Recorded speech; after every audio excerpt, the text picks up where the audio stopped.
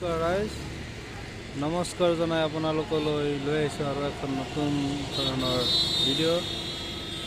বৰ্তমান যুগত সকলোৰে আশা থাকে এখন চাৰিচকীয়া বাহন ল'বৰ কাৰণে। সেইকাৰণে নিশা মটৰ্ছে আপোনালোকৰ মনৰ আশাৰ প্ৰতি লক্ষ্য ৰাখি এখন ধুনীয়া চাৰিচকীয়া বাহন লৈ আহিছে।